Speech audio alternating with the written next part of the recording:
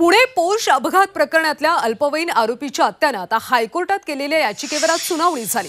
या याचिकेमध्ये अल्पवयीन आरोपीला जामीन मिळूनही त्याला बेकायदेशीररित्या बाल सुधारगृहात ठेवल्याचा दावा मुलाच्या हत्याने केला।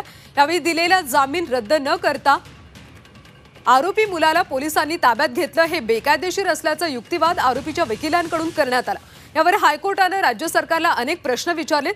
बाल सुधारगृहातल्या जामिनावरच्या मुलाचा ताबा कसा देता येईल, मुलाला अधिकाऱ्यांच्या देखरेखीखाली ठेवलेत असा दावा केलाय, तर मग 14 दिवसांच्या कोठडीत त्या मुलाला घरी जाण्याची मुभा दिलीत का? यावर आरोपीचे रक्ताचे नातेवाईक कोठडीत होते म्हणून त्याची रवानगी बाल सुधारगृहात केली असा युक्तिवाद राज्य सरकारकडून करण्यात आला। दरम्यान या याचिकेवरचा निर्णय मंगळवारपर्यंत राखून ठेवण्यात आला।